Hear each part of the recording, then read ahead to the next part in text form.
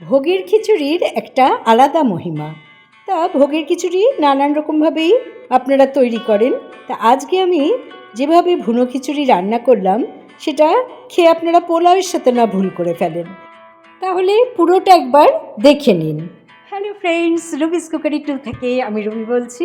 আপনাদের সকলকে স্বাগত জানিয়ে আজকে একটা খিচুড়ির রেসিপি করব।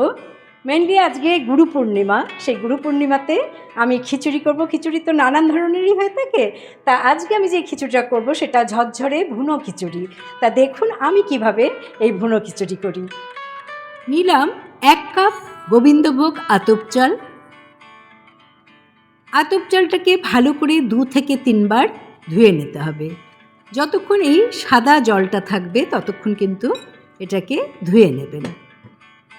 তা আমার চাল ধোয়া হয়ে গেছে। আমি একটা চালনির ওপর পরিষ্কার কাপড় পেতে তার উপর চালগুলোকে ভালো করে ছড়িয়ে দিলাম। এতে ভালো করে জল ঝাড়া হয়ে যাবে। ভুনো খিচুড়ি বানানোর সময় যতখানি চাল নেবেন ঠিক ততখানি মুগ ডাল নেবেন। এবারে আমি 1 কাপ মুগ ডাল শুকনো কড়ায় ভেজে নেব। 1 কাপ চালের জন্য আমি 1 কাপ মুগ ডাল নিয়েছি। মিডিয়াম ফ্লেমে একটু ধৈর্য ধরে নেড়ে নিতে হবে এবং অনবরত নাড়বেন। ডালটাকে কিন্তু একটু সোনালি রং করে ভেজে নিতে হবে। তা আমি ফ্লেমটা অফ করে দিলাম। এবার এই ডালটাকে একটু ধুয়ে নেব, অন্য একটা পাত্রে ঢেলে নিচ্ছি। তো কালারটা দেখে বুঝতেই পারছেন যে ডালটা কেমন করে ভাজতে হবে। আমি ডালটাকেও ভালো করে 2-3 বার ধুয়ে নিচ্ছি। এই পর্যন্ত যারা ভিডিওটা দেখা শুরু করেছেন তাদের অনুরোধ রইল একটা লাইক করে দেওয়ার। আমি 2 থেকে 3 বার ডালটা ধুয়ে নিয়েছি। আপনারা যদি সোনা মুগ ডালে রান্না করেন তাহলে চালের সাথে ডালটা একসাথে মিশিয়ে নেবেন, কিন্তু আমি আজকে সাধারণ ডাল দিয়ে করছি বলে ডালটাকে একটু সেদ্ধ করে নিতে হবে, কারণ ডালটা একটু বড় দানা। তাই আমি ডালটাকে 60% সেদ্ধ করে নেব। 1 কাপ ডালের জন্য আমি 1.5 কাপ জল নিয়েছি। ঢাকা দিলাম এবং ফোটা পর্যন্ত অপেক্ষা করব। জলটা ফুটে উঠেছে। এবারে ধুয়ে রাখা ডালটা এই ফোটানো জলের মধ্যে দিয়ে সামান্য একটু তেল দিয়ে দিলাম। এতে ডালের জলটা উতলে পড়ে যাবে না। তা মিডিয়াম ফ্লেমে আমি ঢাকা দিয়ে রাখলাম। ডালটা ফুটতে ফুটতে আমি এবারে খিচুড়ির অন্যান্য প্রিপারেশনগুলো করে নিচ্ছি। প্রথমে আমি সাদা তেলেই এই খিচুড়িটা রান্না করব। 1/2 টিস্পুনের মতো আমি সাদা তেল দিয়ে দিলাম। আপনারা চাইলে এখানে ঘি ব্যবহার করতে পারেন। এর মধ্যে আমি ড্রাই ফ্রুটস কিছু ভেজে নেব। সবই 2 টেবিল স্পুন করে নিয়ে নিচ্ছি। প্রথমে চীনাবাদাম নিয়ে নিলাম এবং একটু ভাজার পর দিয়ে দিচ্ছি কাজু বাদাম। কাজু বাদাম আর চীনাবাদাম আরেকটু কিছুক্ষণ ভাজার পর দিয়ে দিচ্ছি কিশমিশ। সবই এখানে 2 টেবিল স্পুন করে আমি নিয়েছি। তা যখন একটু সোনালি করে ভাজা হবে তখন আমি এটাকে কড়া থেকে নামিয়ে নেব। যারা আজকে প্রথম আমার এই ভিডিও দেখছেন তাদের ভালো লাগলে অবশ্যই তারা একটা সাবস্ক্রাইব করে দিতে পারেন। তাতে যখনই আমি কোনো রান্না পোস্ট করব তার নোটিফিকেশন আপনাদের কাছে পৌঁছে যাবে।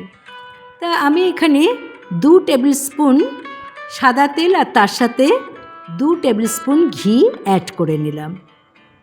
এখানে কিছু আমি ফোড়নের জন্য 2টো শুকনো লঙ্কা নিয়েছি, সাথে 1/2 টিস্পুন গোটা জিরে, সামান্য দারচিনি, 3টে ফাটানো এলাচ আর 2টো তেজপাতা। তো যখন ভালো একটা গন্ধ বেরোবে এবং শুকনো লঙ্কাটা একটু কালচে কালার হবে তখন আমি কিন্তু এতে এই যে চালনির মধ্যে রেখেছিলাম চালটা এখন ঝরঝরে হয়ে গেছে, এটাকে ঢেলে দিচ্ছি।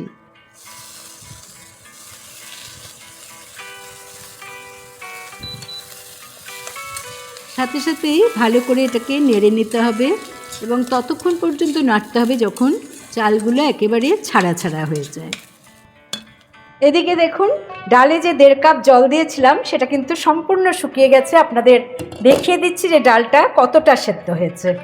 দেখুন সম্পূর্ণ জল কিন্তু শুকিয়ে গেছে আর ডালটা ঠিক 60%-এর মতোই সেদ্ধ হয়েছে। এবারে আমি এই ডালটাকে চালের সাথে মিশিয়ে নিচ্ছি। গোবিন্দভোগ চাল সাধারণত খুবই তাড়াতাড়ি সেদ্ধ হয়ে যায়, আর ডালটা যদি আমি প্রথমেই চালের সাথে মেশাই তাহলে হয়তো ডালটা সেদ্ধ হবে না। চাল ডাল দুটোকেই ভালো করে মিশিয়ে নিতে হবে। দিচ্ছি স্বাদ মতো লবণ, আর একটু লবণ দিলাম। সব কিছু ভালো করে আবারও মিশিয়ে নিচ্ছি। এখন বেশ কিছুক্ষণই আমার চাল ডালটাকে ভালো করে নেড়ে নিতে হবে। দিলাম 2 টেবিল স্পুন আদা বাটা।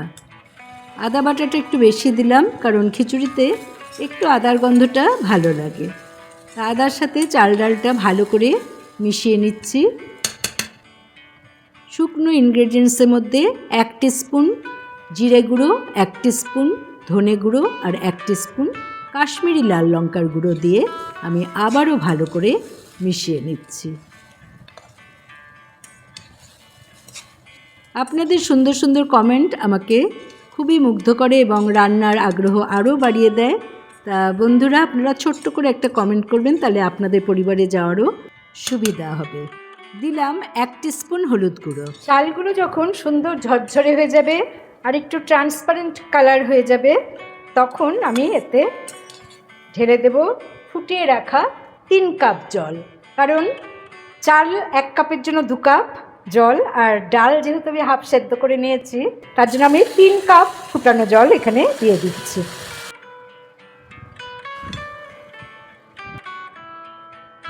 অবশ্যই গরম জল দেওয়ার চেষ্টা করবেন, তাতে স্বাদটা ভালো হবে। চিড়ে নেওয়া 7-8টা কাঁচা লঙ্কা আমি এতে অ্যাড করে দিচ্ছি, আর সাথে দিয়ে দিচ্ছি 1 টেবিল স্পুন চিনি।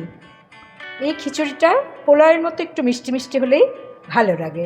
আপনারা ভোগের খিচুড়ি রান্না করলে অবশ্যই সন্দক নুন ব্যবহার করবেন। আমি আর সামান্য একটু লবণ দিয়ে দিচ্ছি। এরকম ফুটে ওঠার পর আমি মিডিয়াম ফ্লেম করে ঢাকা দিয়ে 5-6 মিনিটের মতো রেখে দিচ্ছি। 5-6 মিনিট পর আমি কিন্তু আর একবার ঢাকা খুলে নেড়ে দিচ্ছি। এখনও অনেকটাই জল আছে।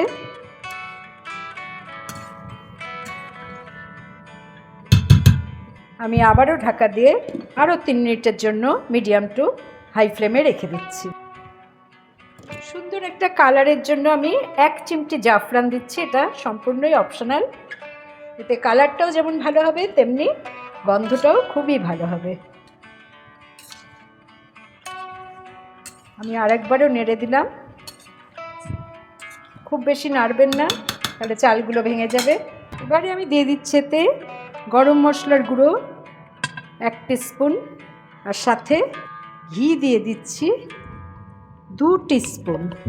ঘিটা আমি রান্নার শুরুতেও দিয়েছিলাম, তাই এখন 2 টিস্পুন দিলাম। আপনারা চাইলে আর একটু বেশি ঘি দিতে পারেন। এবারে আমি ড্রাই ফ্রুটসটাতে অ্যাড করে দিচ্ছি। ফ্লেম অফ করে আমি ঢাকা দিয়ে 5 মিনিট রেস্টে রেখে দিচ্ছি।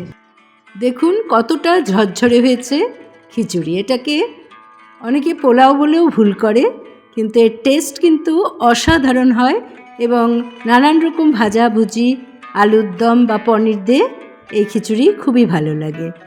তা বন্ধুরা, আশা করি আজকের রেসিপি আপনাদের ভালো লেগেছে। ভালো লাগলে অবশ্যই আমার চ্যানেলে লাইক করুন, কমেন্ট করুন, শেয়ার করুন। নতুন বন্ধুদের সাবস্ক্রাইব করার অনুরোধ রইল।